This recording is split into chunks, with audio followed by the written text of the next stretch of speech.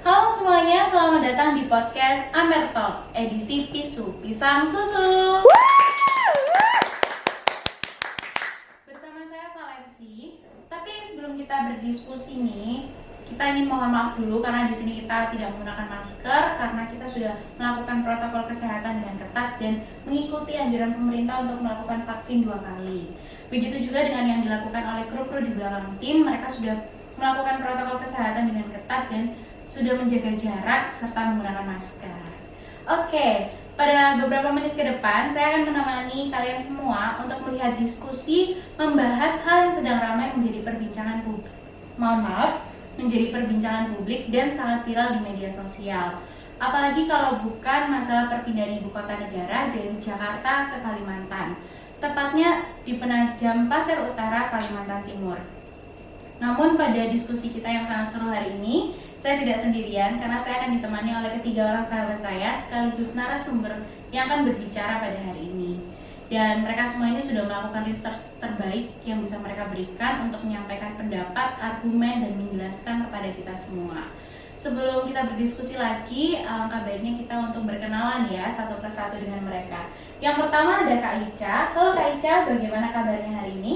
Halo Kak Valen, tentu kabar saya sangat baik. Terima kasih sudah mengundang saya di podcast kali ini dan tentunya saya sudah menyiapkan argumen sematang mungkin. Baik, terima kasih ya Kak Ica sudah menyempatkan waktunya untuk datang ke sini. Kak Ica ini adalah salah satu perwakilan dari pihak yang mendukung terkait kebijakan pemerintah. Oke, narasumber yang kedua yaitu ada Kak Gilang. Halo Kak Gilang, bagaimana kabarnya hari ini? Halo Kak Valen, alhamdulillah kabar saya baik. Seperti yang sudah Kak Ica tadi berikan, seperti yang sudah Kak Ica tadi sampaikan bahwa Kak Ica sudah menyiapkan argumennya dengan matang dan tentunya saya tidak boleh kalah. Saya juga sudah menyiapkan argumen saya dengan matang dan mohon maaf Kak Valen, Kak Ica di sini mungkin sebagai pihak kontra untuk masyarakat yang sehingga tidak mendukung perpindahan ibu kota dan saya di sini sebagai pihak pro yang mendukung pemerintah untuk memindahkan ibu kota. Baik, terima kasih Kak Ramdan untuk pembetulannya. Oke, narasumber yang tidak kalah pentingnya dan narasumber terakhir di sini yaitu ada Kak Angela. Halo Kak Angela, bagaimana kabarnya? Halo Kak Valen, saya baik dan sehat. Terima kasih telah bertanya. Baik, Kak Angela ini sebagai seorang pengamat yang nantinya akan menjelaskan kepada kita lebih lanjut lagi seperti apa. Nah, Kak Angela sebagai seorang pengamat ini bisa nggak ya kasih kita bocoran sedikit nanti diskusi ini akan seperti apa menurut pandangan Kak Angela? Mungkin suasana diskusi kali ini akan sedikit tegang dan panas. Baik, seperti yang tadi sudah saya sampaikan ya, karena kedua pihak kita pro dan kontra ini sudah menyiapkan argumennya dengan baik dan pasti akan menimbulkan hawa-hawa yang sedikit panas ya. Tapi tidak apa-apa, kepala boleh panas tetapi hati kita harus tetap dingin. Begitu ya Kak Angela, Kak Gilang dan juga Kak Ica. Oke, kita akan mulai masuk ke pembahasan kita nih. Sebetulnya saya ingin menanyakan hal yang sederhana terlebih dahulu kepada tiga narasumber hari ini. Bagaimana sih pendapat dan reaksi pertama ketika mendengar bahwa pemindahan ibu kota negara ini akan dilakukan? Mungkin dari Kak Gilang dulu bisa menjelaskan. Oh baik, untuk reaksi saya ketika pemerintah akhirnya memutuskan untuk pindahnya ibu kota dari Jakarta ke Kalimantan adalah cukup senang. Karena yang kita semua sudah ketahui bahwa kapasitas dari Jakarta sudah sangat banyak, sehingga kemacetan dan juga bahkan banjir sudah tidak bisa kita pungkiri. Baik, terima kasih Kak Gilang untuk penjelasannya. Lalu saya akan menanyakan hal yang sama kepada Kak Ica. Apakah Kak Ica ini memiliki pendapat yang sama dengan Kak Gilang atau berbeda? Bisa dijelaskan Kak? Reaksi saya cukup terkejut saat mendengar berita tersebut disiarkan. Karena berita tersebut muncul saat pandemi COVID sedang melonjak. Dan itu sebagai tanda tanya besar bagi saya dan masyarakat. Baik, terima kasih Kak Ica. Lalu untuk Kak Angela sendiri seperti apa? Apakah setuju dengan Kak Gilang atau setuju dengan Kak Ica atau bagaimana Kak? Bisa dijelaskan? Menurut saya secara pribadi, saya terkejut sekaligus senang mendengar berita mengenai perpindahan ibu kota dari Jakarta ke Kalimantan. Baik, terima kasih Kak Angela untuk jawabannya. Tentu reaksi yang keluar dari tiga narasumber kita ini sama halnya dengan yang dirasakan oleh masyarakat di luar sana ya Kak. Dan baik, kita akan mulai masuk ke pertanyaan yang berikutnya, yaitu bagaimana pendapat kalian terkait pindahnya ibu kota yang lagi viral ini?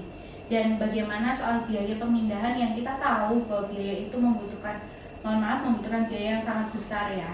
Mungkin siapa yang mau menjawab menanggapi terlebih dahulu, Kak Gilang? Baik Kak Valen, begini, sebelum kita menjawab soal biaya-biaya perpindahan ibu kota nantinya, kalau saya lebih memandang perlunya dilakukan pemindahan ibu kota ini karena persoalan pemerataan pembangunan. Karena selama ini segala sektor itu berpusat dan bertumbuh pada Jakarta saja dan tidak merata di berbagai daerah di Indonesia. Pusat ekonomi berada di Jakarta, pusat kebudayaan juga berada di Jakarta, pusat industri juga ada di Jakarta, bahkan pusat industri hiburan itu juga berada di Jakarta. Bisa dibilang Jakarta ini terlalu rakus, Kak Valen. Nah, dari Indonesia Merdeka sampai hari ini, perkembangan pembangunan itu sangat tidak merata. Kalau kita lihat perkembangan Jakarta dibanding kota-kota lainnya itu kurang lebih tertinggal 10 tahun, Kak Valen. Bukan tahun yang sedikit. Waktu yang lama ya, Kak ya? Iya, betul sekali Kak Valen. Lalu Jakarta ini sudah bisa dibilang sudah ada gedung yang bertingkat hingga 50. Tapi di daerah seperti Kediri, bahkan kemarin saja beberapa bulan yang lalu baru didirikannya McDonald, Kak Valen. Nah, dengan pertimbangan seperti itu, makanya sudah waktunya perkembangan ekonomi ini diratakan dengan cepat. Indonesia ini luas, dari Sabang sampai Merauke. Indonesia ini bukan Jakarta saja, dan Jakarta dan Jakarta itu bukan Indonesia. Karena itu pemindahan ibu kota sudah tepat untuk dilakukan, Pak. Baik, terima kasih Kak Gilang untuk tanggapannya. Lalu menurut Kak Ica sendiri sebagai pihak yang kontra dengan Kak Gilang, bagaimana Kak? Apakah setuju atau tidak setuju? Bisa dijelaskan. Untuk yang satu ini saya setuju dengan Kak Gilang. Tapi bukan dan tidak harus dilakukan pemindahan ibu kota. Pemerintah harusnya berpikir secara lain untuk melakukan percepatan dan pembangunan ekonomi agar tidak hanya berpusat saja pada di kota Jakarta. Baik, terima kasih Kak Ica untuk tanggapannya. Lalu pertanyaan yang ingin saya berikan khususnya untuk Kak Gilang, seperti yang kita dengar dari pendapatnya Kak Ica ya, Kak Ica menyebutkan bahwa apakah pemerintah ini sudah tidak punya cara lain untuk mencapai tujuan utama dan fokus utamanya? Bisa dijelaskan Kak? Begini Kak Valen, bukan pemerintahnya tidak mempunyai cara. Banyak cara yang sudah dilakukan dan ada yang sudah dilakukan, namanya transmigrasi. Industri berskala besar sudah dilakukan di sana. Pembangunan jalan tol, bahkan tol laut sudah dilakukan. Pembangunan dermaga internasional dan juga universitas sudah dilakukan di banyak daerah di luar Jawa. Namun dampaknya kurang signifikan Kak Valen. Karena itu tadi magnet yang cukup kuat itu masih tetap berada di Jawa Kak Valen. Kita pisahkan dulu apa yang membuat masyarakat melakukan urbanisasi ke kota-kota besar terutama di Pulau Jawa Kak Valen.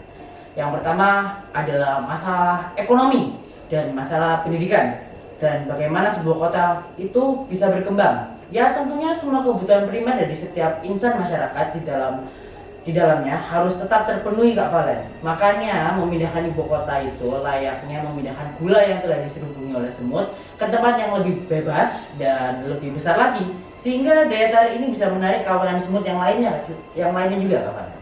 Baik, terima kasih Kak Gilang untuk penjelasannya ya. Lalu ada yang ingin saya tanyakan bahwa setiap pergerakan yang pemerintah lakukan seperti pemindahan ini pastinya akan menimbulkan konflik permasalahan di lingkungan masyarakat ya. Seperti yang kita tahu bahkan dari Kak Gilang dan juga Kak Ica saja sudah terlihat bahwa mereka adalah perwakilan pro dan kontra. Begitu juga yang terjadi di lingkungan masyarakat. Kira-kira menurut pendapat Kak Ica sendiri, Pendapat saya mungkin bagaimana? semakin banyak orang pasti juga akan menimbulkan banyak masalah. Dan pastinya kebutuhan tempat tinggal dan sumber daya alam seperti air dan kebutuhan tempat tinggal akan semakin tinggi. Dan akhirnya lingkungan yang akan terdampak, hutan ditebangi, gunung dan bukit ditebangi. Bagaimana pemerintah mengatasi itu? Akhirnya kejadian yang menimpa Jakarta setiap tahunnya seperti banjir dan air tanah yang terkontaminasi amoniak sehingga tidak dapat dikonsumsi akan terjadi ke kota yang akan dibangun ini. Mengingat juga Indonesia dengan tanggung jawabnya menjadi paru-paru dunia ini akan tergerus hutannya. semua manusia di bumi ini akan terkena dampak. Apakah lebih bijaknya kita perbaiki hutan Kalimantan dan perbaiki tata kota letak Jakarta? Interupsi Kak Ica. Rancangan ibu kota baru ini tidak dilakukan riset 1 atau 2 hari dari kemarin Kak Ica. Bahkan riset ini telah dilakukan ketika VOC masih menjajah kita.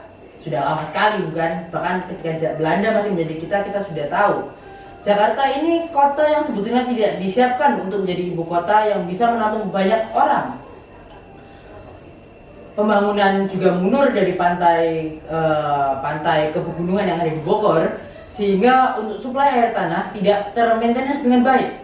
Berbeda dengan ibu kota yang baru ini, semua telah dirancang dari nol. Baik dari pemanfaatan hutannya, bagaimana mengembangkan hutannya, bagaimana suplai airnya, ini sudah sangat difikirkan dengan sangat matang dan diriset oleh para ahli dalam bidangnya masing-masing. Ibu kota yang memberikan nafas Nusantara ini mengangkat konsep kota hutan yang hanya 30%-nya itu digunakan sebagai kantor dan pemukiman penduduk, sehingga 70%-nya masih bisa digunakan sebagai paru-paru dari Indonesia atau masih tetap menjadi hutan. Kak Ica. Baik Kak Gilang, apakah Kak Gilang yakin? Bagaimana Kak Ica? Maaf, kebutuhan akan transportasi setiap masyarakat di dalamnya juga akan mempengaruhi kadar ketercemaran udara dengan CO2 dan karbon dioksida. Ini akan juga menimbulkan masalah serius. Dan notabene-nya, Kalimantan merupakan tanah gambut yang sulit untuk diredamkan ketika terjadi kebakaran dan akan sangat mudah terbakar pada musim kemarau. Bukannya itu sangat berbahaya bagi kota Kalimantan? Begini Kak Ica, seperti yang sudah saya beritahukan kepada Kak Ica dan para penonton di sana, bahwa perancangan ibu kota ini tidak dilakukan riset yang hanya sebentar. Riset ini sudah dilakukan oleh para ahli-ahli, sehingga kemungkinan kebakaran di sana cukup kecil. Dan jika mungkin nantinya akan ada kebakaran, pastinya pemerintah sudah menyiapkan penanggulangan nantinya, sehingga kebakaran ini nantinya tidak akan terlalu parah Kak Ica. Baik, mungkin kita bisa meredam sedikit hawanya, ini udah mulai panas ya. Perdebatan antara Kak Gilang dan juga Kak Ica ini selain menambah wawasan juga membuat andai kan penonton bisa merasakan aura di sini mulai panas ya Kak Angela ya. Mungkin kita bisa sambil minum dulu, silakan diminum. Baik, terima kasih Kak Tenangkan Valen. diri. Semuanya bisa kita selesaikan dengan baik-baik. Kak Angela mungkin mau minum, silakan Kak. Bisa. Terima kasih. Oke. Minum Kak Angel mungkin air putih, tidak ada rasanya. Ya, Tidak ada rasanya, Tidak. tetapi Cukup menyegarkan. Iya. cukup menyegarkan. Baik, terima kasih untuk wawasan yang baru Kak Gilang dan juga Kak Ica. Saya akan sedikit beralih ke Kak Angela ya. Seperti kedua kubu ini sedang mempertahankan pendapatnya Kak Angela. Saya ingin menanyakan ya, bagaimana kondisi Kalimantan saat dijadikan ibu kota? Dan apa dampak negatif positif yang akan kita terima? Serta pengaruh dan konsekuensi nanti yang akan terjadi. Bisa dijelaskan Kak? Izinkan saya menjawab. Jadi pemindahan ibu kota ini tentunya tidak serta-merta dipindah. Kemarin dibicarakan dan hari ini dipindah. Tentunya tidak. Karena agenda pemindahan ibu kota ini sudah lama dibicarakan dan banyak ahli yang terlibat. Mulai dari ahli ekonomi, ahli tata negara, ahli hukum, ahli sejarah, dan masih banyak lagi. Dan jika mengutip apa yang disampaikan oleh Presiden, daerah yang dipakai ini tidak semuanya, tetapi hanya 30%. Dari selebihnya akan dimanfaatkan sebagai paru-paru dunia. Perlu dicatat bahwa yang dijadikan ibu kota ini adalah hutan dari tanaman produktif yang sudah panen dalam kurun waktu 20 tahun. Dan ini saatnya untuk melakukan pemanenan.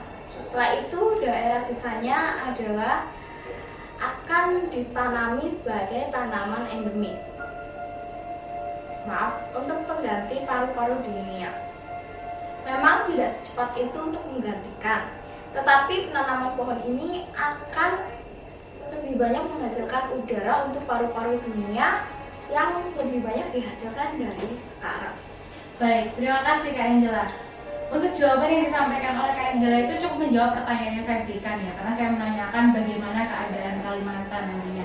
Tetapi kita tidak bisa melupakan yang nantinya akan menjadi calon mantan ibu kota negara kita ya, yaitu Jakarta. Bagaimana Kak Angela kondisi Jakarta nantinya dan akan seperti apa Jakarta?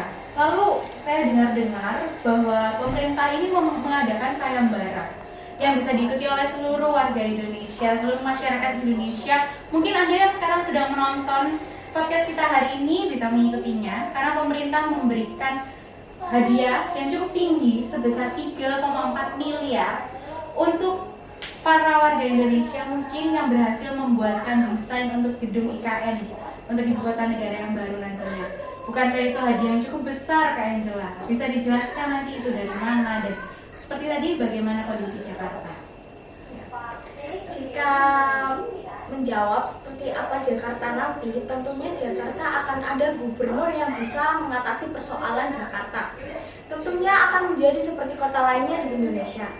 Ya, artinya akan menjadi tanggung jawab gubernur Jakarta. Sedangkan untuk nilai hadiah yang diberikan, tentunya ini adalah bentuk apresiasi terhadap sebuah karya yang cukup tinggi. Paling tidak ini untuk anak Indonesia yang berpotensi. Apresiasi ini kan tidak ada takarannya.